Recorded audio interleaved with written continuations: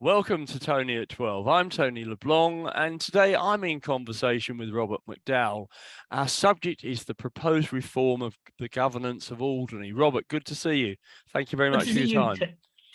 Pleasure. And as you know, I put in a brief paper to the CEO, copy to Ian Carter, on my thoughts on on what has been presented so far. Can we do a very quick, brief synopsis of what happened in terms of the States of Alderney since World War II? Because it was judge-led, wasn't it, for a while? It was judge-led before the war and in the early years after the war. And then in 1947, there was a dilemma as to whether it could, quote, stay independent as it had before the war. Obviously, it was bankrupt, candidly, after the war, or whether it needed support from elsewhere. And of course, two propositions were possible. One is to become an extension of the Isle of Wight, and the other was to have support from Guernsey in terms of the essential services. And as a result of that, there was the judge system disappeared, and we had a States of Alderney with a president and a number of elected representatives. Yeah. Okay. So that sort of sums it up. And of course, you and I and lots of other people have been talking about reform for many a long year. At the time that you were a States member and chairman of finance, etc., etc. And one of the interesting things that did occur was the Andrew Mcdonald report, which I think is probably about 7 or 8 years old now. Yeah, it was published in late 2016, actually. I think it was September 2016. So yes, it's six years old almost. Yeah. And in it, Andrew basically gave them a pick and mix situation. It was a very widely embracing report. That's correct. That's correct. And it was phased over 3 years. It covered transparency.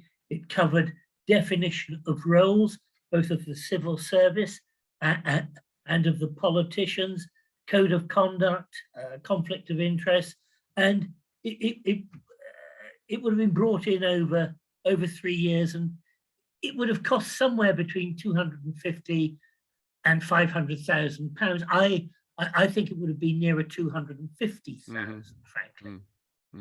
And really, he was quite keen to see a sort of separation of powers.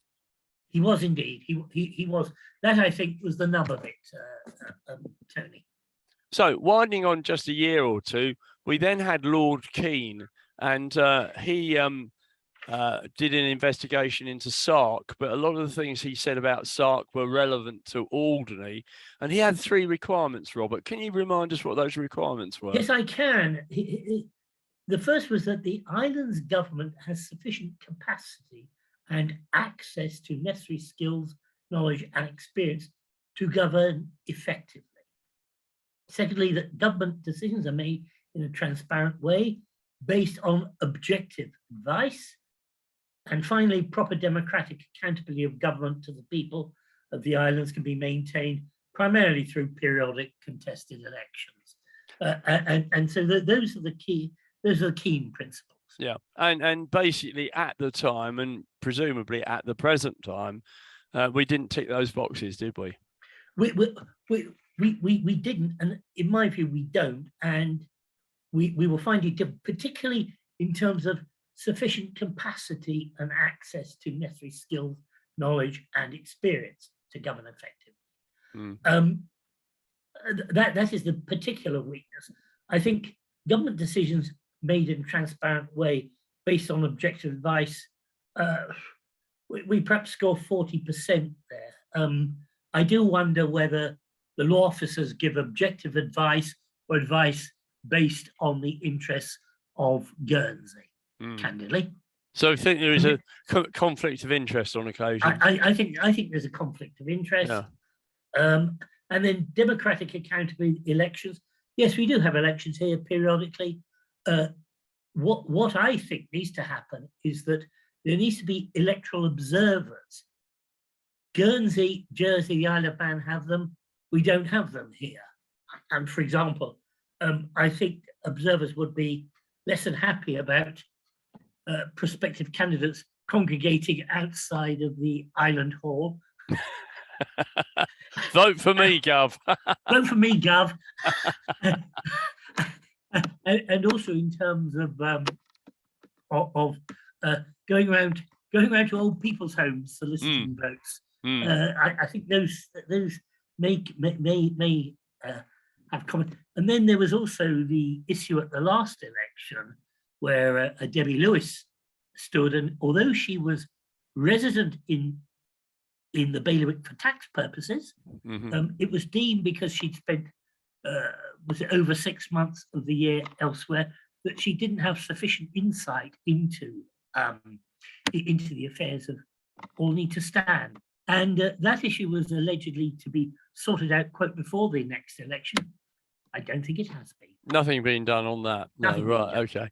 So, but we are in a situation now where the states have sort of considered their position. They've come out with this leaflet that's gone around the houses, Correct. and they refer to it as executive government. Now, that's not in the Westminster sense, is it? That is not executive government in the Westminster sense at all. This is almost a triumvirate who would be obviously elected, and they could also individually and collectively be removed if perhaps their views didn't coincide with the other members. But they would be essentially there to how should I put, streamline the implementation process.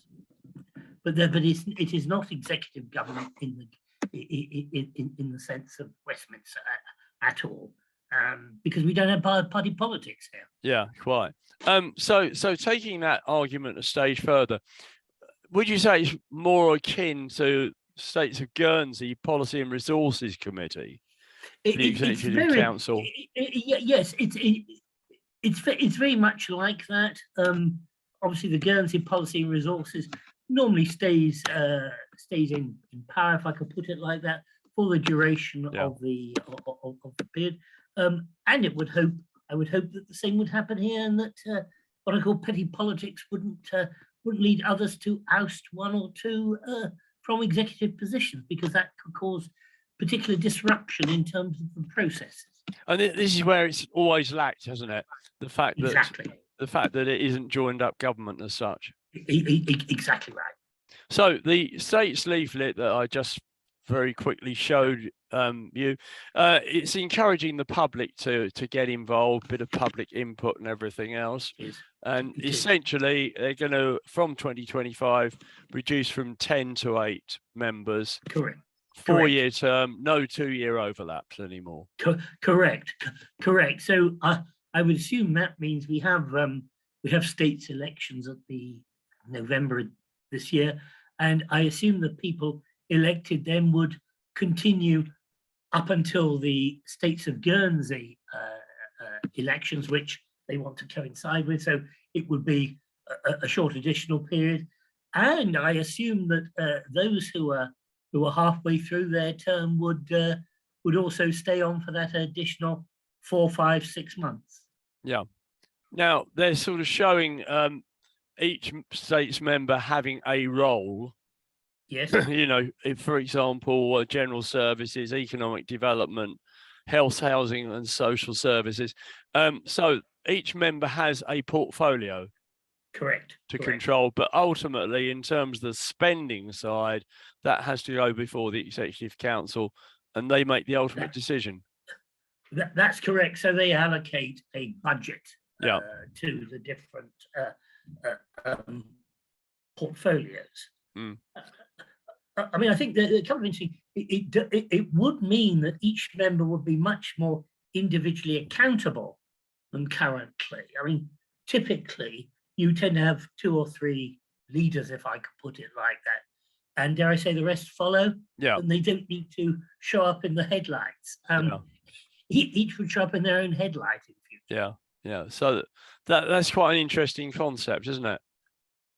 It is, and I do wonder whether whether that would encourage more people to stand in elections or even discourage. I think having your own portfolio, there's more individual responsibility, and I would think they want more money for it, candidly. And what happens, do you think, if somebody suddenly says, "Oh, I don't want to run general services"?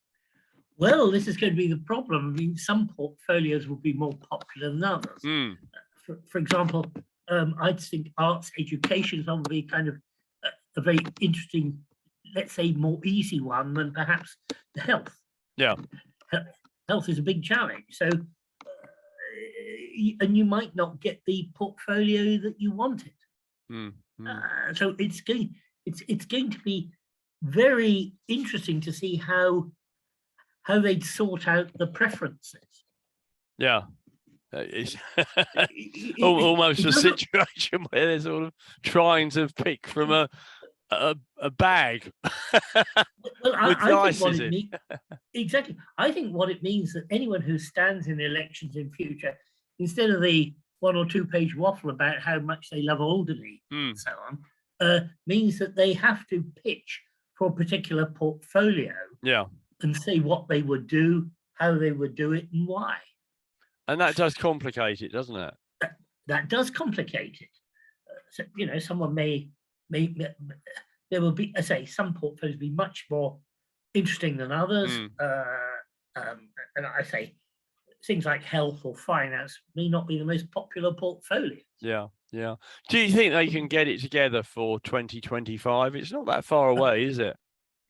No, I don't. I think I think they need to set out a timeline and what would happen when. But it's to me, it's an enormous challenge, and I would have, if they were going to put a date on it, I would have tried to put a timeline on it.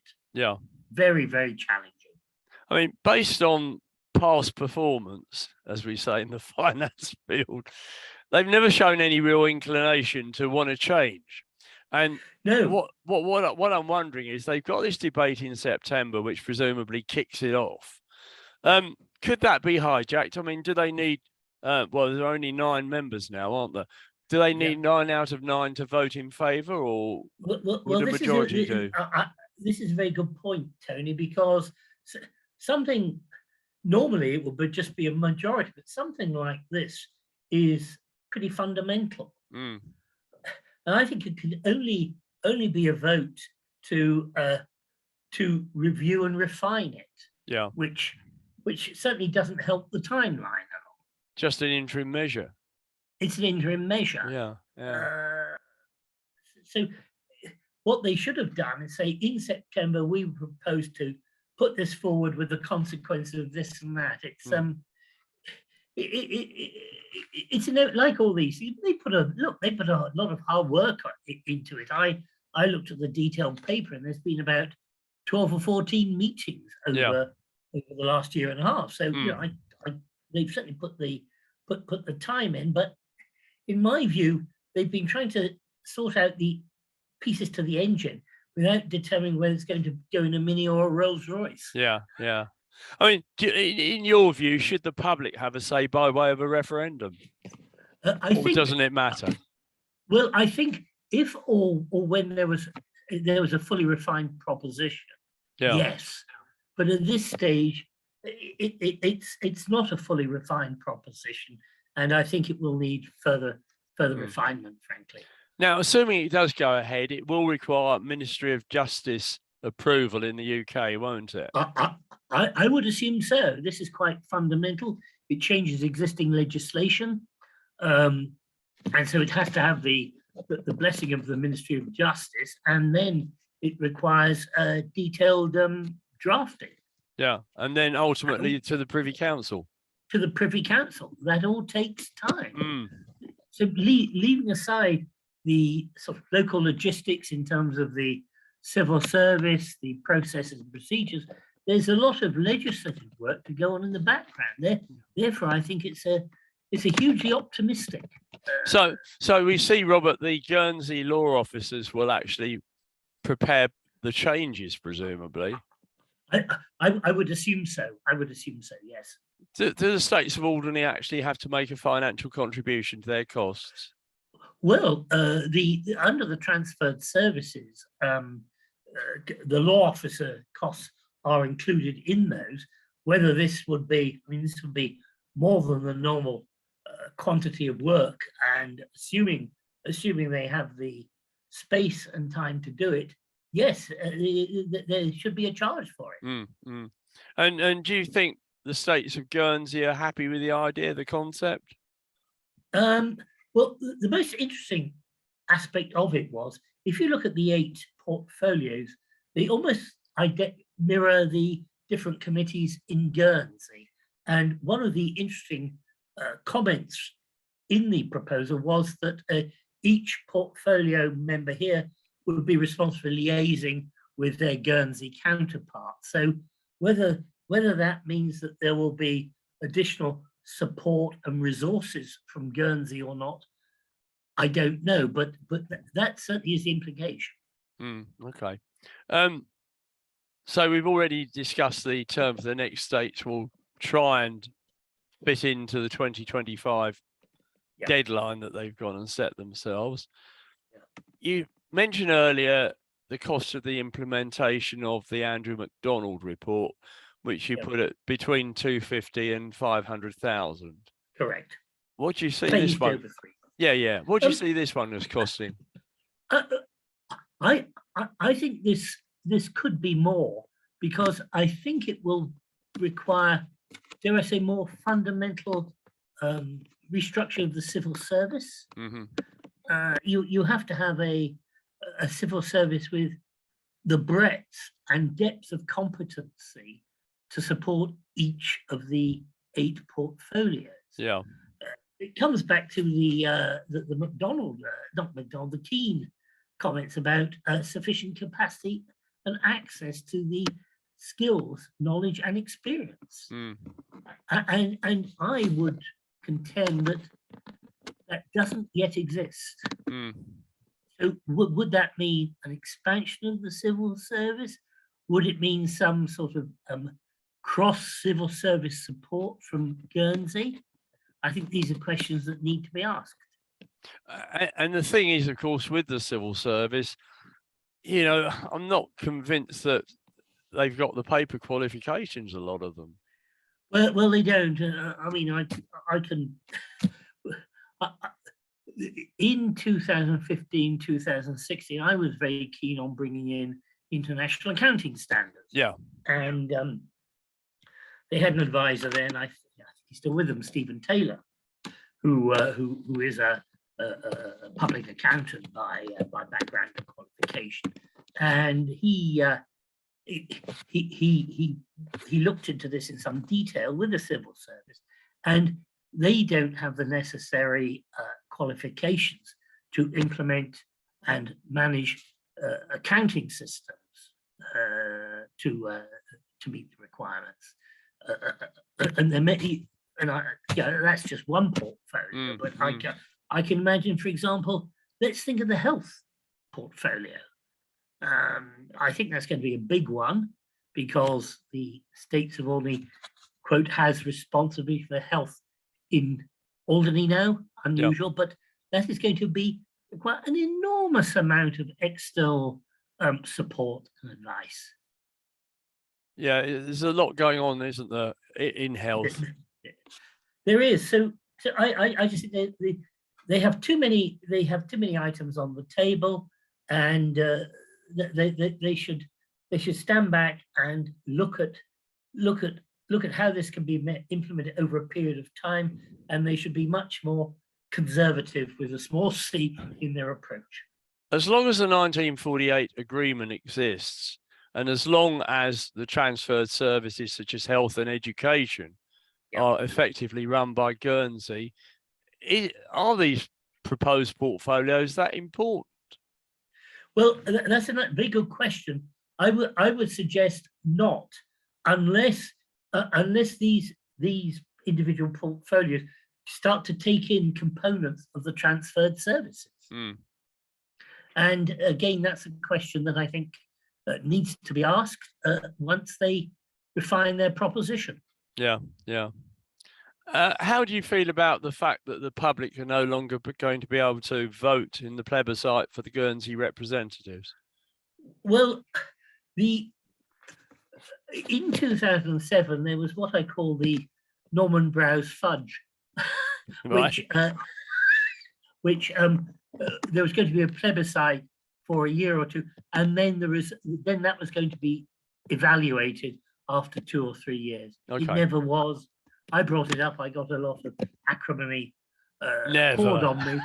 Yeah, I'm afraid so. Perish the thought, but yes. Yeah. But I think before they take the step of abolishing the plebiscite, there should be a formal review of how it worked or didn't work. Because in many ways, people feel that they should have direct representation to actually select the candidates. They do. So yes, I mean, I personally agree that the states members should nominate the representatives for the states of Guernsey, but there should be a formal review of how successful the plebiscite was or was not. Yeah. So that's something that they need to take into account, probably, from that point of view. Do you see us actually having a situation where they will admit the public to the various committee meetings? Because the Policy and Finance Committee was going to, and then they pulled that, didn't they? Well, they do now admit the public to what they call the open part of P&F, and that started, I think, in June. Yeah. Unfortunately, only a member of the local media turned up. No one else did. And there are too many. The open section is about 35%. The closed section is 65%, and they put on labels such as personnel, commercial sensitivity, Guernsey sequencing. And they determined this allegedly by the head of the committee and the CEO in discussing it. But and they're guided again allegedly by local government advisory documentation in the UK.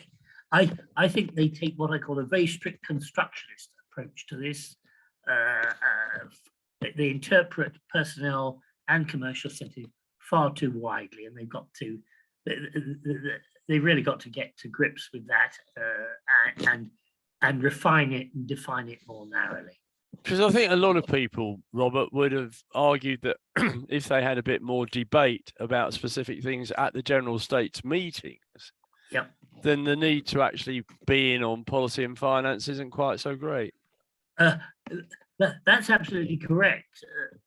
The states meetings are effectively where people get up and bang their chest, I suppose, in terms of. But it's just theatre, isn't it? It's pantomime. It's theatre. It's a bit like the law courts in many ways. Yeah. Now, the next thing that I wanted to ask you was, given the fact that we're going for these portfolios, in the event of an unholy situation developing, could we see Clay Cross revisited? And perhaps you could just remind the viewers about Clay Cross. Yes, Clay Cross. There was a particular, if I can use the word, left-wing Labour council in Derbyshire in the 1970s, and they, quote, spent recklessly, and they way beyond their powers, and in the end, I think the government auditor had to step in, and they were held personally liable for their actions, and were taken to court, and I think some of them went bankrupt in the end. Yeah. So it set a precedent there, didn't it? It set a precedent. And so, there hasn't been anything since then of any significance, has there? Well, there was the Lady Porter episode. Oh, right. Yes, of course. Yeah. You remember where I think I think she had to disappear off to Israel, but she went way, or she and her officers went way beyond their remit, and I think they were held personally responsible for some of the costs that were incurred. So not only the politician, but also the civil service on that one. Exactly. Yeah. Obviously, there can be insurance to cover some of these things, but when it's willful and without advice, or advice ignored, then it becomes uninsurable. Yeah.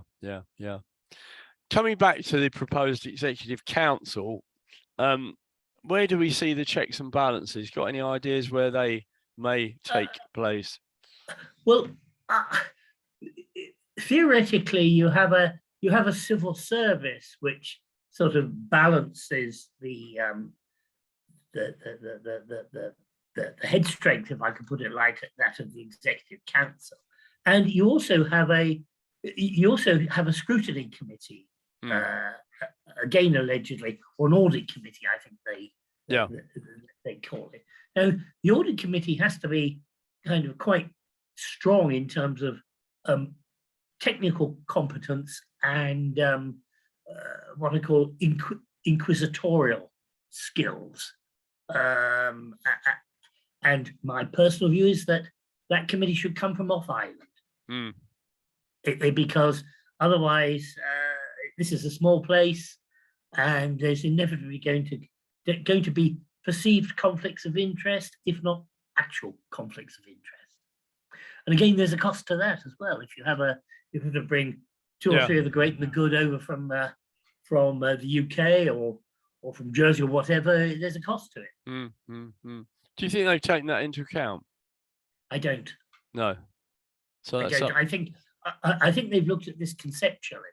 And if you look at who was on the committees, there was no one from outside the islands at all. It was a number of politicians, the chairman of the Chamber of Commerce, and I think the head of the Jurats. He dropped off after a while. So it's been a very narrow, parochial.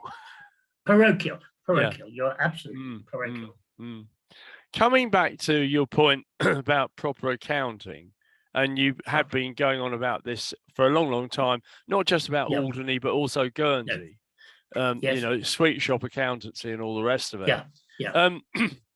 Do you think they've really got to think in terms of actually employing a chartered accountant in the role of treasurer? I think they do. I think they have to employ someone who has the accounting skills, both in terms of what I call simple things like accruals, prepayments, depreciation, but also in consolidation. For example, if they had international accounting standards, AEL would be consolidated in the States of Alderney's balance sheet, profit and loss, because they earn in excess of 75%. Now, I don't think anyone in the civil service here understands how you do accounts consolidation.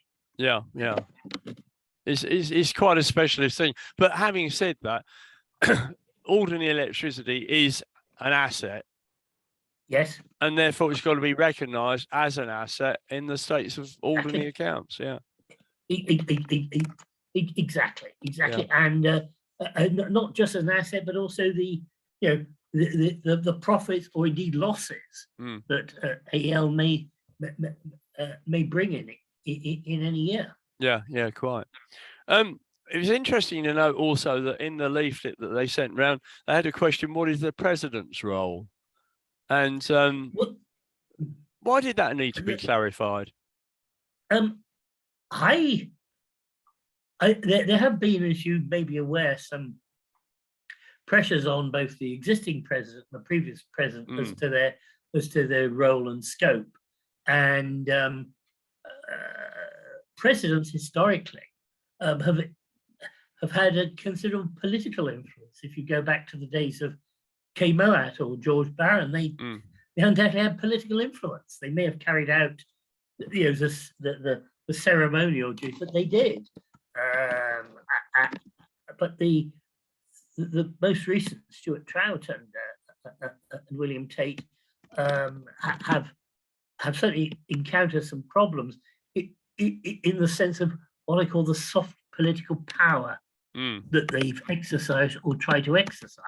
And this very much puts the president on a ceremonial role, and indeed the president no longer would have the casting vote. Right. What do you think about that then? Well, that's going to pose a problem, isn't it? Well, that's right. I mean, if you have a situation, we're down to 8, it's 4-4 in the vote. Yep. I suppose you have to sort of consider the status quo. Well, exactly. But again, that sort of thing would have to be written into legislation. Yeah. So there are some things that they haven't really thought through. You can't put it down on 2 sides of A4, can you? You know, the whole thing. It's far more involved than that. So there we are. This is a big, quite ambitious, and I don't think 2.5 years is sufficient to address the matters, Tony. Do you think ultimately it will reduce the amount of public apathy that takes place over the states and the things they get up to? Well, I think apathy, cynicism, lack of trust, and it's not just related to this island, to be fair. I think those are the biggest challenges.